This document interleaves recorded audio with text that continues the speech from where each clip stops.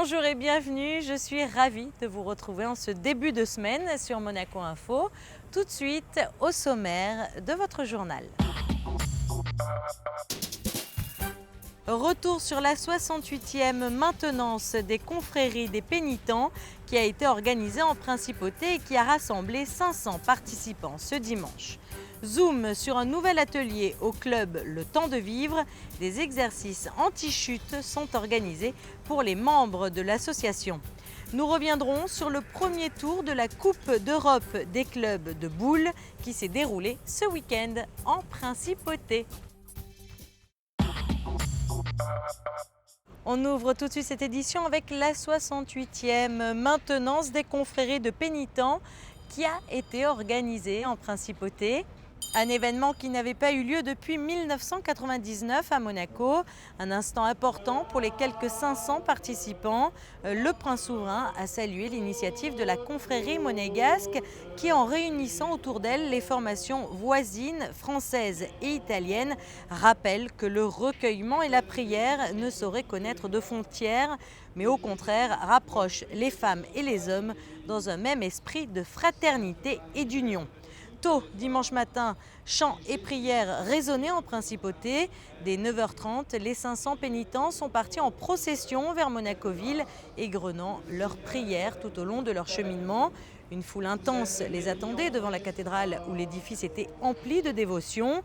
Monseigneur Barcy, l'archevêque de Monaco, l'aumônier général de la maintenance, a accueilli le prince souverain, le ministre d'État et les élus.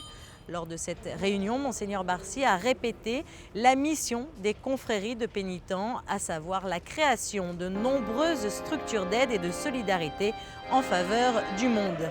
Et pour marquer la confiance et l'affection indéfectible que les pénitents portent à leur souverain, les insignes de pénitents, de prieurs d'honneur de l'archiconfrérie, la médaille de la maintenance, ont été remises au prince souverain.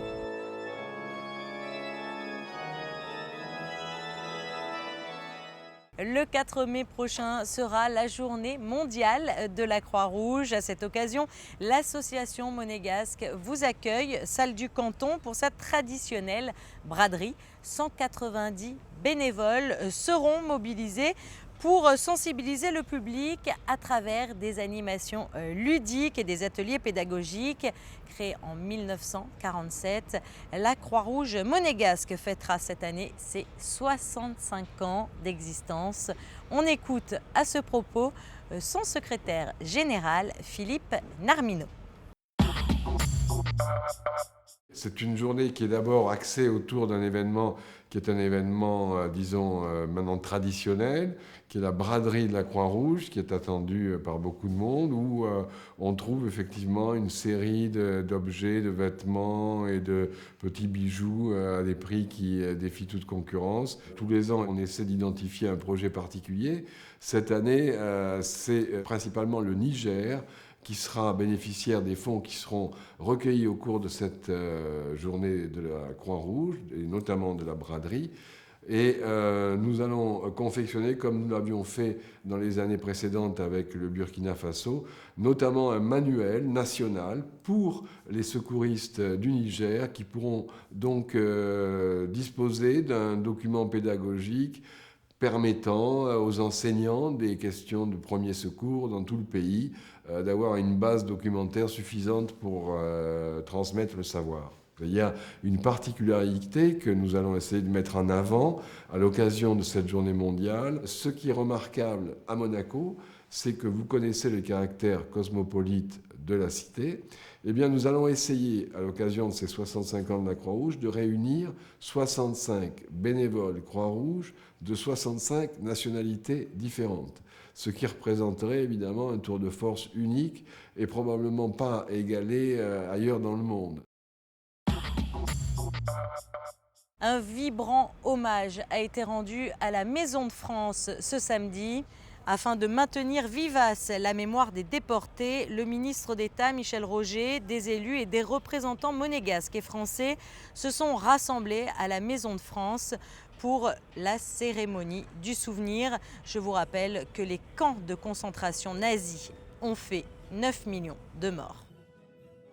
Prenons à présent la direction du Métropole où vendredi soir a été organisé le dîner du Club des 100, fondé en 1912 par Dominique Lamberjac et Louis Forest. Le Club des 100 réunit les plus grands gastronomes du monde. Le prince souverain en fait partie, d'où sa présence à cette soirée. Comme vous pouvez le voir sur ces images, le prince souverain était accompagné du ministre d'État Michel Roger. Coup de projecteur à présent sur un nouvel atelier pour les membres du club Le Temps de Vivre.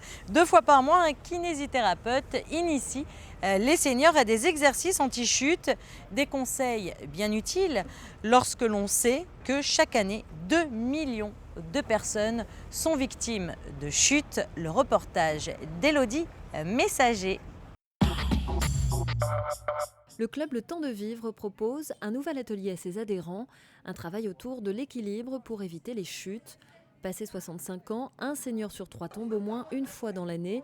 Ces accidents surviennent bien souvent au domicile et sont à l'origine de la perte d'autonomie. La chute chez les personnes âgées, un risque bien réel qu'il faut apprendre à gérer et à anticiper. C'est un risque réel au quotidien, à domicile. Parce que souvent on n'anticipe pas, mais un tapis glissant, un fil de téléphone qui traîne, ce sont des facteurs de risque de chute, mais aussi donc à l'extérieur avec les différents risques qu'il peut y avoir. La personne âgée a souvent des troubles de la vision, des troubles de l'audition. Lorsqu'on prend un petit peu d'âge, on commence à avoir peur du sol et donc avoir encore plus peur de tomber. On essaie justement de travailler aussi ça dans les ateliers, mettre des obstacles plus ou moins difficiles pour justement anticiper les obstacles de la vie quotidienne. À l'aide de ballons ou encore d'un matelas, nos aînés apprennent à avoir les bons réflexes. Ils reprennent également confiance en leurs capacités et les progrès se font sentir au bout de quelques séances. J'ai trouvé que c'était très bien, tous les problèmes d'équilibre. Je pense que ça va beaucoup nous aider. On prend confiance en soi. Je pense que c'est très important. Vous avez déjà été victime d'une chute, vous, personnellement ? 5 fois depuis la veille du 1er janvier. Donc 2 fois à la maison et c'était impossible de me relever. Ça fait la 4e fois que je viens, parce que c'est pareil, je suis tombée, je me suis cassé la clavicule, l'humérus, le poignet, enfin tout. Et du coup, ça m'a incité à faire l'équilibre, parce qu'on apprend vraiment bien à se relever du matelas, comme vous avez vu. Je n'y arrivais pas, les 2 séances, les 2 premières, impossible. Et là, ça fait 2 séances impeccables. Voilà, sur le ballon, c'est pareil, c'est pas évident. Et là, j'y suis très bien arrivée aujourd'hui. Les exercices sont adaptés en fonction du niveau de chaque participant. Le prochain atelier équilibre et prévention des chutes aura lieu le mercredi 8 mai.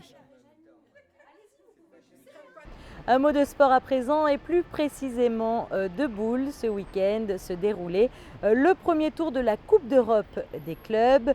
Le club bouliste du Rocher y participait. Retour sur ces 2 journées de compétition avec Émilie Rousseau. Le premier tour de la Coupe d'Europe des clubs de boules s'est tenu en principauté ce week-end. Elle a réuni les équipes du Luxembourg, de l'Espagne, de la Suisse et une de Monaco, représentée par le club bouliste du Rocher. On peut comparer cette compétition à l'Europa League de football, autant dire que le niveau était donc élevé. Les boules, à ne pas confondre avec la pétanque, demandent beaucoup de calme, de concentration et de précision. Il faut également être endurant. La compétition est composée de 9 épreuves. Chacune d'entre elles rapporte 2 points à l'équipe gagnante. Il y a plusieurs épreuves. Il y a 2 combinés, ce qu'on appelle point de tir ciblé. Et vous avez 2 épreuves de précision. Avant, vous avez un tir sportif en navette, c'est-à-dire 2 coureurs sur 5 minutes. Et après, vous avez un tir individuel en sportif, c'est un seul coureur sur 5 minutes. Puis après, vous avez une épreuve traditionnelle, vous avez un tête-à-tête, une doublette et une triplette. Malheureusement, le mauvais temps a forcé les organisateurs à délocaliser la compétition au stade bouliste de Fontvieille. Ce petit contretemps n'a pas empêché les Monégasques de remporter leur première opposition face à l'Espagne, 13-5. Ça s'est pas trop mal passé, on a eu Eric Loto qui a été bon, qui nous a ramené les points qu'il fallait. Et les jeunes qui jouent avec nous ont été bons aussi, entre autres le petit Alex qui vient de signer chez nous, qui a fait un beau progressif. Ça va, c'est bien passé, on a réussi à gagner relativement facilement, donc ça va, c'est bien. Le club Boulis du Rocher a ensuite affronté le Luxembourg, vainqueur de la Suisse et favori de l'épreuve. Et la logique a été respectée. Le CBR s'est incliné 11-7 sans démériter. Prochain grand rendez-vous, les championnats du monde en Argentine en fin d'année. Et puis sinon, dans le reste de l'actualité en principauté. La 26e édition Monaco Expo Cactus a rassemblé bon nombre d'amateurs au jardin exotique ce week-end. Cette exposition des plus piquantes a proposé des ateliers, des conférences, mais aussi une visite de parfumerie. Les visiteurs pouvaient également repartir avec une plante succulente s'ils le souhaitaient. À quelques vols d'oiseaux, au même instant, la kermesse de l'amitié battait son plein à l'église du Sacré-Cœur des Moneghetti. Chaque année, de nombreux stands accueillent les visiteurs et une grande tombola est proposée au profit des œuvres de la paroisse pour venir en aide aux personnes en difficulté de Monaco et des communes limitrophes. Et puis sinon, sachez que la piscine du Port Hercule a réouvert ses portes ce samedi. De nouveau accessible à tous, le stade nautique Reyné 3 vous accueille tous les jours de 9h à 18h et ce, quelle que soit la météo. Et puis justement, quel temps fera-t-il cette semaine? C'est ce que nous allons voir tout de suite. Mardi, le temps sera encore décevant, accompagné de nuages d'averses. Les apparitions du soleil seront rares. Moins de vent cependant que le jour précédent et des températures plus clémentes. Comptez 16 degrés le matin et 18 au meilleur moment de la journée. Mercredi, le ciel sera bleu et le climat plus doux. Jeudi, un temps mitigé se partageant entre nuages et éclaircies. Vendredi, le soleil sera toujours présent par intermittence et les températures seront de nouveau en baisse. Ce journal est à présent terminé. Merci de l'avoir suivi. Tout de suite, la suite de vos programmes sur Monaco Info. Au revoir.